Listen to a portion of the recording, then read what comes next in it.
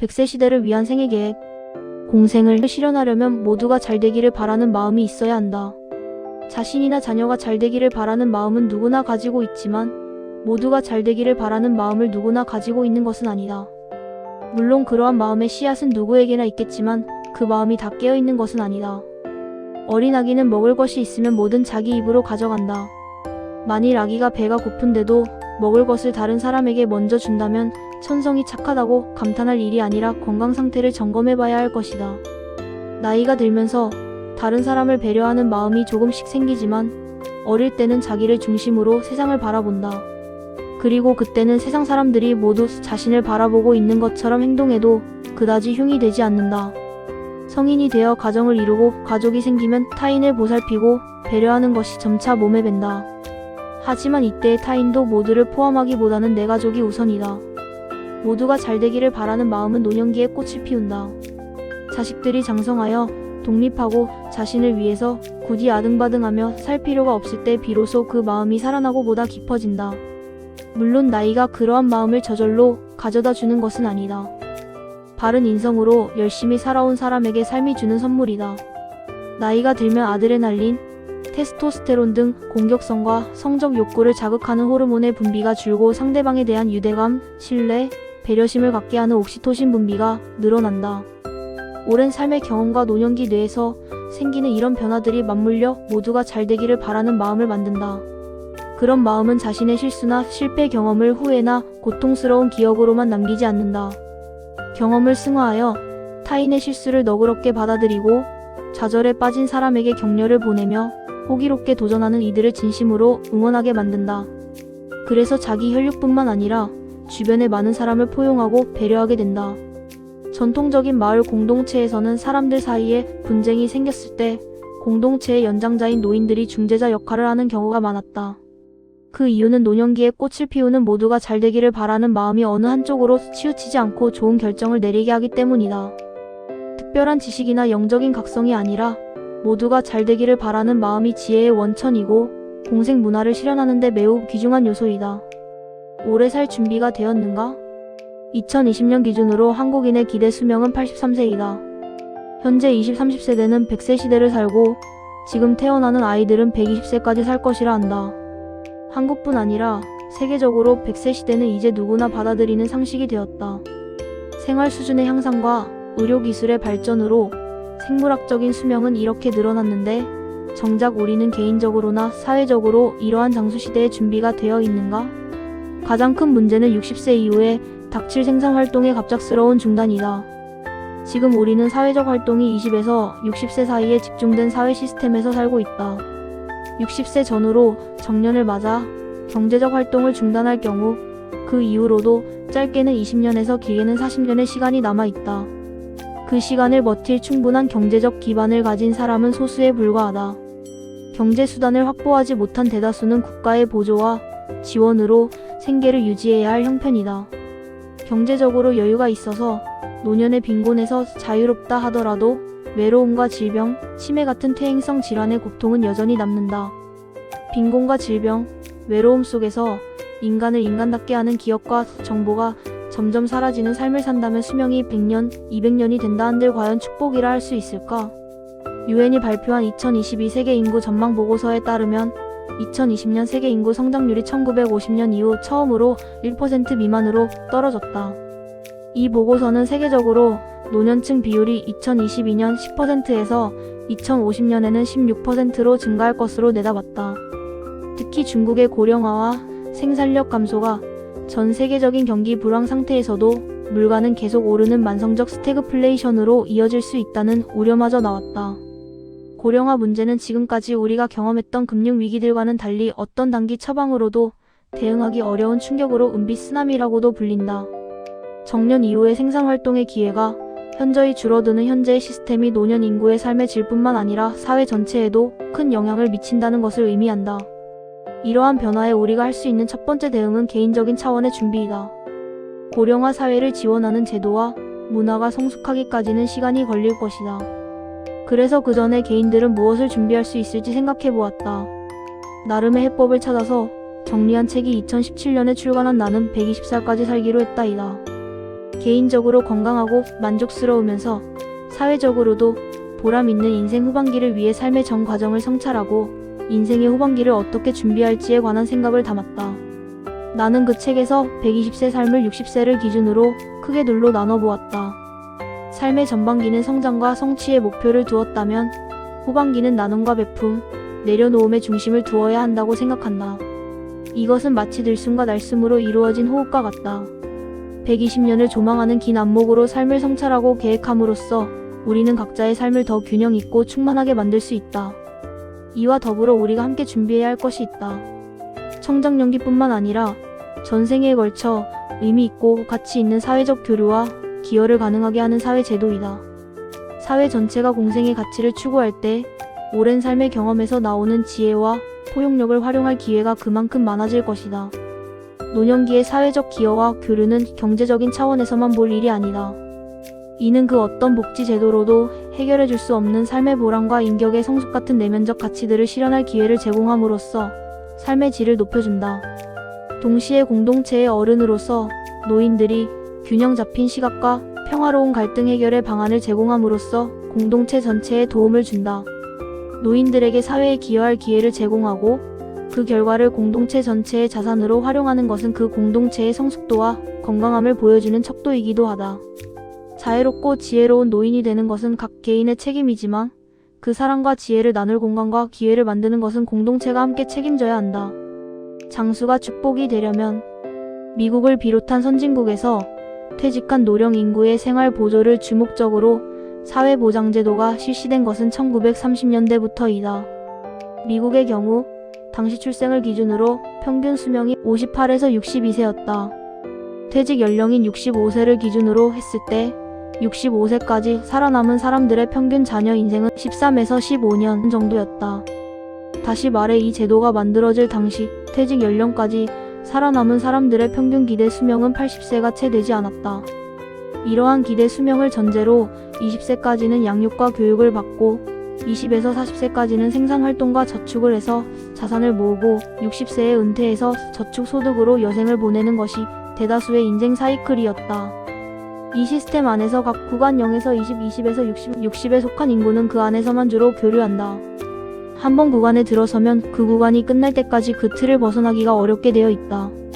지금은 100세 시대를 상식처럼 받아들이지만 80세 넘어서 인간으로서의 품위를 유지하며 살 수 있는 개인적 재원도 부족하고 사회적 시스템도 없다. 60세의 청년기처럼 육체적 활동은 할 수 없어도 정서적 성숙과 지혜로 사회에 많은 도움을 줄 수 있다. 그러나 현재의 시스템에서는 이러한 포용력과 지혜가 사회적 자산으로 활용되지 못한 채 버려지고 있다. 노후 문제는 생존을 지원하는 복지 차원에서만 해결할 수 없는 일이다. 경제적인 문제만이 아니기 때문이다. 더 중요한 것은 품이 있고 보람 있는 삶을 사는 것이다. 평균 수명 100세, 인생은 60부터가 현실인 시대에 맞는 생애 계획과 사회 지원 시스템이 나와야 한다. 나이를 떠나서 전 생애에 걸쳐 사회적으로 다양한 계층의 구성원들을 만나 교류하고 배우고 기여할 기회를 얻는 것은 삶의 존재 가치를 발견하고 실현하는 데 큰 도움이 된다. 나는 그것을 벤자민 학교를 거쳐간 많은 학생의 변화를 통해서 확인할 수 있었다. 학생들은 재학하는 동안 본인이 선택한 프로젝트를 진행하면서 봉사활동이나 멘토링을 통해 다양한 연령대, 직업군, 사회계층 사람들과 교류할 기회를 얻는다. 그러한 경험은 동종 집단 내에서는 하기 어렵다. 예를 들면 노인들은 어린 학생들에게 자기 경험들을 들려주고 학생들은 노인들이 혼자서 하기 어려운 일들을 도와주면서 서로를 통해 배우고 성장할 수 있다. 무엇보다 지구 환경 자체가 100세까지 연장된 수명을 유지할 수 있을 만큼 건강하게 균형을 회복해야 한다. 그리고 성숙한 노년에서 추구할 수 있는 정서적 포용력, 지혜 등을 사회의 중요한 가치로 인정해야 한다. 또한 그러한 가치들이 다른 세대에게 전달되어 실질적으로 삶의 질을 높이는 데 기여할 수 있는 문화가 필요하다. 그러한 문화를 뒷받침해주는 평생교육의 기회나 복지 제도와 같은 물질적인 조건도 필요하다. 장수가 축복이 되는 사회는 개인의 운이나 노력의 결과가 아니라 사회의 모든 시스템이 함께 어우러졌을 때 만들어낼 수 있는 결과이다. 건강하고 보람 있는 노후를 위한 제안, 제도적이고 시스템적인 변화는 개인의 노력으로 이루어지는 것이 아니기 때문에 시간이 필요하다. 하지만 노년에 관한 인식 전환과 공감대 형성은 지금 바로 시작할 수 있다. 남은 절반의 삶을 사회에 공헌하고 인류에 기여하는 의미 있는 활동으로 채우겠다는 계획은 당장이라도 세울 수 있다. 이러한 생각을 공유하며 서로에게 영감을 주는 문화와 공감대를 만드는 것은 선택하기만 하면 지금 바로 할 수 있다. 이러한 선택의 시작으로 자신의 기대 수명을 정해보기 바란다. 수명을 우리가 마음먹은 대로 조절할 수는 없지만 스스로 자신의 기대 수명을 선택하는 것에는 여러 이점이 있다. 첫째, 건강을 더 잘 관리할 수 있다. 누구도 병으로 골골하며 다른 사람에게 보살핌을 받아야 하는 상태로 100살, 120살까지 살기를 원하지는 않을 것이다. 스스로 기대 수명을 선택함으로써 자신의 생활 방식에 더 관심을 가지고 건강한 식습관, 생활습관, 마음 자세 등을 기르기 위해 보다 적극적으로 노력하게 될 것이다. 둘째, 장기적인 생애 계획을 세울 수 있다. 60에서 70세에 은퇴하고 나면 그 이후의 삶은 덤인 것처럼 그냥 사는 것이 아니라 평생 추구할 성장과 자아 실현의 목표를 가지고 사는 것이다. 이로써 60세 이후 인생의 후반기는 쇠퇴기가 아니라 전반기의 다양한 사회 경험을 밑거름 삼아 더욱 성숙한 모습으로 완성해가는 인생의 황금기로 만들 수 있다. 셋째, 더 바르고 현명한 판단을 할 수 있다. 현재 내가 하는 선택의 결과를 긴 안목으로 지켜봄으로써 눈앞의 이익이 아니라 오래 지속될 영향과 결과까지 고려하게 된다. 이러한 태도가 자신과 다른 사람 모두에게 도움이 되는 좋은 선택을 하도록 이끌어줄 것이다. 건강하고 보람 있는 노후를 위해 필요한 4가지를 제안한다. 친밀한 인간관계. 하버드 의과대학에서 진행한 성인 발달에 관한 흥미로운 연구가 있다. 이 연구의 목적은 장기적으로 삶의 질, 건강과 장수에 영향을 미치는 가장 중요한 요소가 무엇인지를 찾는 것이었다. 참가자 268명을 대상으로 1938년에 시작해서 80년에 걸쳐 진행한 이 연구는 역사상 가장 긴 연구로도 유명하다. 이 연구가 찾은 결론은 무엇이었을까? 장기적으로 삶의 질과 장수에 가장 큰 영향을 미치는 요소는 경제력도 사회적 성공도 아니었다. 그것은 친밀한 인간관계였다. 외로움이 흡연이나 음주만큼이나 건강을 위협한다는 연구를 비롯해 비슷한 결론을 보여주는 연구는 많다. 당신의 인간관계는 어떤가? 평소 친밀한 인간관계를 위해 어떤 노력을 하고 있는가? 다음의 3가지 질문이 인간관계를 돌아보는데 도움을 줄 것이다. 한밤중이라도 슬픔이나 아픔을 함께 나눌 수 있는 누군가가 있는가? 가끔은 마음 편히 우스꽝스러운 행동을 해도 괜찮은 누군가가 있는가?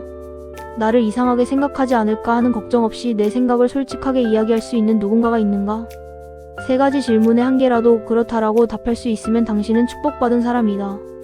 이 세상에는 아픈 상처를 그 누구와도 나누지 못하고 혼자 끌어안고 씨름하는 사람들이 많다.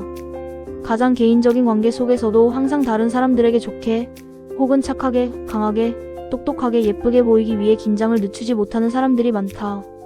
다른 사람의 평가와 판단이 두려워 속마음을 털어놓지 못하는 수많은 사람이 있다. 그런데 위 질문에 그렇다라고 답할 수 있는 누군가가 있다면 그 사람에게 진심으로 감사하자. 그 관계를 잘 유지하는데 정성과 노력을 쏟자.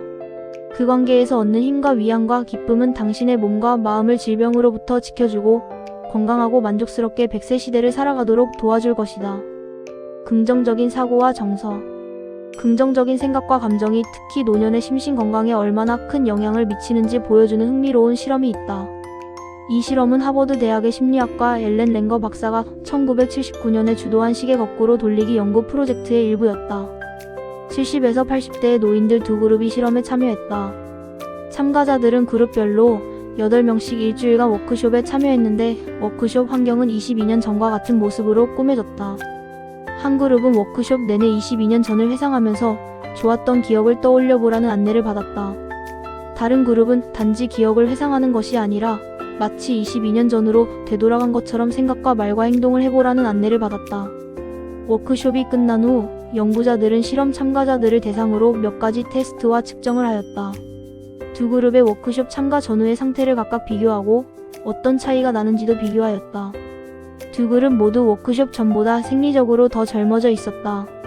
그런데 흥미롭게도 2그룹 중 22년 전으로 돌아간 것처럼 사고하고 행동한 그룹이 훨씬 더 젊어졌다.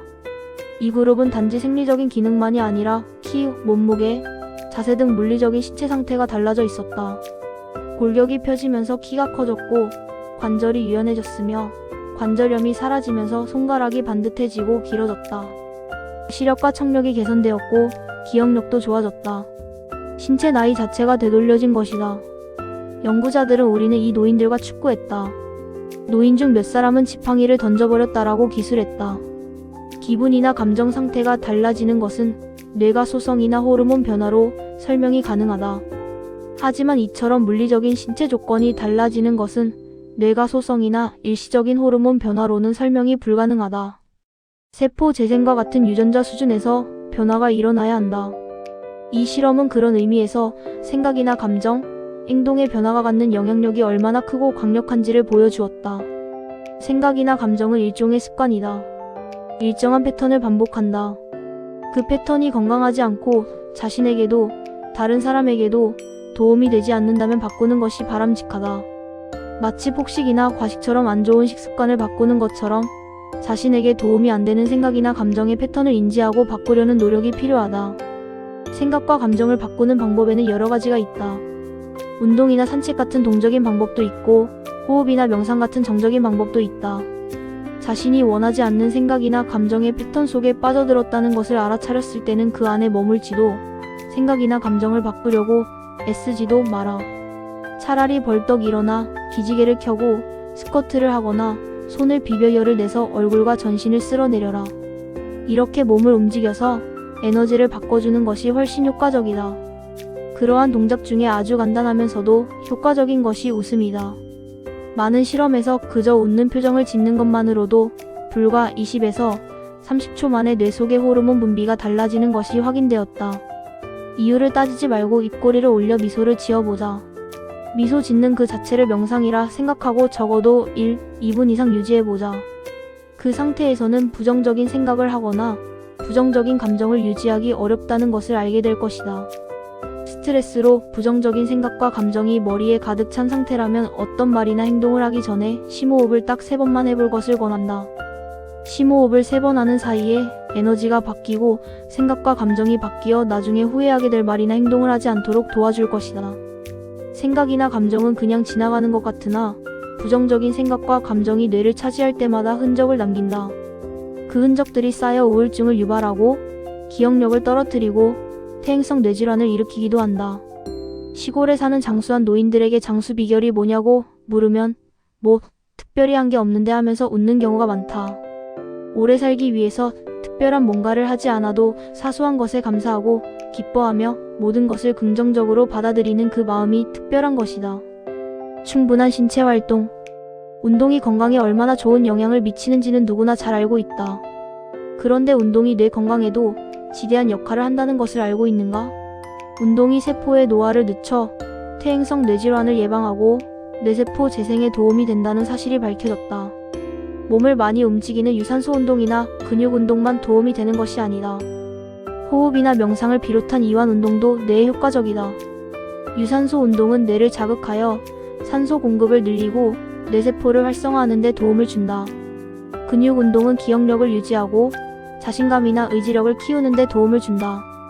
이완 운동은 스트레스 반응을 줄이고 긍정적인 감정을 갖도록 도와준다. 미국의 최고 의료기관으로 꼽히는 메이오 클리닉의 제임스 레빈 박사는 LA 타임스와의 인터뷰에서 다음과 같이 말했다. 의자에 오래 앉아있는 습관은 흡연보다 더 위험하고 이로 발생한 사망자가 에이즈 HIV로 죽는 사람보다 많다. 의자가 우리를 죽인다. 레빈 박사에 따르면 미국 사람들 대부분이 깨어있는 시간의 절반 이상을 의자에서 보낸다고 한다. 운동을 한다고 해서 헬스장에 가서 운동기구를 사용해야 하는 것은 아니다. 일단 일어나 몸을 움직이는 것이 중요하다. 하루 30분 정도 산책하기에 앉았다 일어서기 팔굽혀펴기도 좋은 운동이다. 중요한 것은 일상생활 속에서 틈틈이 최대한 자주 몸을 움직이는 것이다. 가능하면 1시간에 한 번씩 단 1분이라도 몸을 움직이자. 그 1분이 당신의 뇌와 몸이 100세, 120세까지 활력과 건강을 유지하는 데 그 무엇보다 큰 도움을 줄 것이다. 가치 있는 삶의 목표. 명확한 삶의 목표가 있는가? 라는 질문은 흔한 인생 조언 같아 진부하게 들릴 수도 있다. 그런데 사실 삶의 목표가 있느냐 없느냐는 인생에서 성취의 차이를 만드는 가장 중요한 요소이다. 아마도 그 차이는 개인적인 능력이나 환경으로 만들어진 결과보다도 클 것이다. 내 경험을 통해서도 확인했고 여러 연구 결과를 통해서도 확인했다. 삶의 목표가 무엇인가? 당신은 이 질문을 언제 자신에게 처음으로 던져보았는가? 가장 최근에 이 질문에 대해 생각해본 것은 언제였는가? 지금 바로 답을 한다면 뭐라고 하겠는가? 인간의 뇌는 마지막 숨을 거두는 순간까지 변화한다. 삶의 최종 산물로 남는 것은 경험의 총합으로서 살면서 우리가 얻는 삶에 대한 이해와 통찰, 그리고 느낌이다. 그렇기에 우리 가슴에 느낌이 있고 뇌가 활동하고 있는 한 너무 늦을 때란 없다. 삶의 의미를 완전히 뒤바꿀 수 있는 큰 자각은 어느 순간에든 찾아올 수 있다. 그러므로 당신이 현재 삶에서 얼마나 많은 혹은 적은 성취를 이루었는지에 상관없이 다시 한번 이 질문을 던져보고 목표를 분명히 할 것을 권한다. 우리는 보통 목표를 정할 때 자신이 가장 원하는 것이 무엇인지를 질문한다. 많은 사람이 그렇게 정한 목표를 이루기 위해 옆도 뒤도 돌아보지 않고 달린다. 그렇게 해서 원하는 목표를 달성했는데도 왠지 마음이 허전하고 삶을 허비했다는 느낌이 들기도 한다. 그런 허전함을 피하고 싶다면 내가 가장 원하는 것이 무엇인지를 묻기 전에 다음 두 가지 질문을 먼저 해보자. 후회하지 않을 삶을 사는데 도움이 될 것이다. 첫 번째 질문은 3장에서 소개했던 내가 이 삶을 마쳤을 때 어떻게 기억되기를 원하는가? 이다. 이 질문은 에고보다 더 깊은 곳에 있는 근원적인 욕구가 무엇인지 찾는 데 도움이 된다. 지금껏 어떤 삶을 살아왔든 자기 자신을 어떤 사람이라 평가하든 대부분은 세상을 위해 뭔가 기여한 사람으로 기억되기를 원한다. 인간의 내면에는 이기적인 본능보다 더 깊은 곳에 세상을 위해 뭔가 좋은 일을 하고 싶다는 홍익의 본능이 자리하고 있기 때문이다. 두 번째 질문은 내가 목표를 이루었을 때 어떤 느낌이 들었으면 좋겠는가? 이다. 이 질문은 우리가 삶의 중요한 선택을 할 때 잡다한 생각에서 벗어나 단순하고 직관적인 느낌을 따르도록 도와준다. 우리는 실제 성취를 느낌으로 최종 검증하기 때문에 느낌의 안내가 도움이 된다. 당신에게 구체적인 삶의 목표가 있고 노력 끝에 목표를 실제로 이루었다고 해보자. 당신이 다른 사람들과 크게 다르지 않다면 외형적인 성취만으로 삶의 목적을 다 이루었다고 받아들이지 않는다. 대개는 가슴의 느낌을 통해 확인한다. 만약 가슴에 별 느낌이 없고 만족감이 들지 않으면 이것이 아니었나 생각하며 그렇다면 내가 정말로 원하는 것이 뭐지? 라고 다시 묻게 될 것이다. 그러니 어떻게 느끼고 싶은지를 먼저 물어보라는 것이다. 충족감, 자신감, 긍지, 떳떳함, 후회 없음 등 당신이 원하는 어떤 느낌이 있을 것이다. 그 느낌을 확인한 다음에 무엇이 자신에게 그러한 느낌을 줄 것인지 다시 질문하는 것이다. 당신이 정말로 원하는 것은 자신이 원한다고 혹은 원해야 한다고 생각하는 것과 다를 수 있다. 정말로 당신을 행복하게 하고 충족감을 줄 수 있는 것은 생각보다 가까운 곳에 있을지도 모른다. 자신이 원하는 느낌을 구체적으로 표현하는 말은 사람마다 다를 수 있지만 그것들을 다 담을 수 있는 포괄적인 단어를 찾는다면 아마도 완성이 가장 가까울 것이다. 완성은 넘치지도 모자라지도 않으며 후회도 여한도 없다. 그 안에는 자신에게 주어졌던 삶의 기회에 대한 감사, 삶 속에서 만난 모든 사람에 대한 사랑과 축복, 남은 여정에 대한 두려움 없는 기대가 있을 것이다. 당신이 완성의 느낌에 이르렀을 때 삶의 마지막에 남는 것은 그저 입가에 보일 듯 말 듯 한 미소뿐일지 모른다. 하지만 그 미소가 당신의 삶을 총체적으로 말해준다. 자기 개발과 성공뿐만 아니라 내적으로 완성을 추구한다면 훨씬 균형 잡히고 충만한 삶을 살 수 있을 것이다. 이러한 삶을 통해 얻은 경험과 통찰은 보다 많은 사람을 완성이라는 목표로 이끌고 사회 전체적으로 공생의 문화를 발전시키는 데 기여할 것이다. 삶의 완성으로서의 죽음. 모두가 인정은 하면서도 받아들이고 싶지 않은 아주 불편한 진실이 죽음이다. 불편하기에 덮어두고 싶지만 우리 삶에서 죽음만큼 확실하게 보장된 것도 없다. 더 정확히 말하면 변화와 불확실성으로 가득한 우리 삶에서 유일하게 보장된 확실성이 죽음이다. 따라서 죽음을 대하는 우리의 태도가 모순적일 수밖에 없다. 그렇게 확실한데도 마치 그것이 존재하지 않는 것처럼 생각하고 행동하기 때문이다. 그 존재를 잊어버리고 덮어두기 위해 죽음에 관한 대화나 정보를 대부분의 일상생활에서 터부시한다. 죽음은 보통의 사람이 다루는 것이 아니라 종교적 권위를 지닌 특별한 사람만 다룰 수 있는 것으로 인식해왔다. 죽음은 누구나 경험하는 가장 중요한 생애 최대 이벤트임에도 불구하고 관련한 안내도 교육도 없다. 과학기술이 고도로 발전했어도 특이하게도 죽음에 관한 생각은 여전히 종교적 권위 아래 머물러 있다. 우리 중 누구도 물건을 고르듯이 자신의 환경을 선택해서 태어난 사람은 없다. 태어나서 만난 삶의 조건들은 좋든 싫든 그냥 주어진 것이다. 하지만 죽음은 다르다.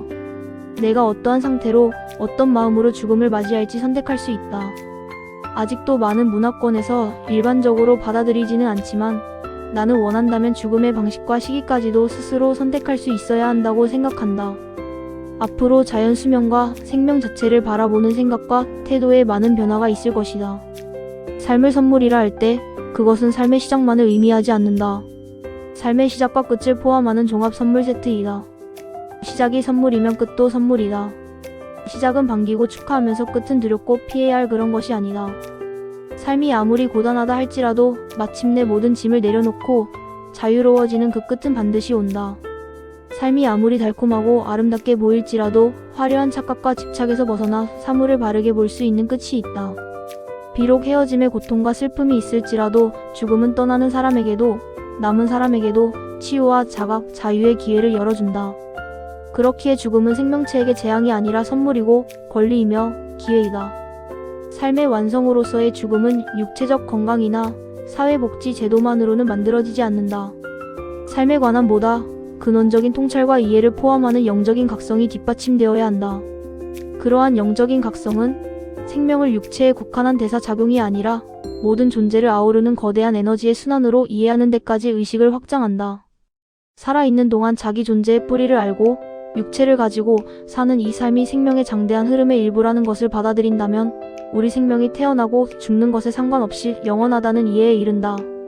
이러한 자각을 바탕으로 사는 동안 내면의 빛과 사랑, 양심과 자비심을 따라 진실을 지키고 다른 생명을 이롭게 하고자 노력했다면 삶의 끝에 맞는 죽음은 영광이고 축복이다.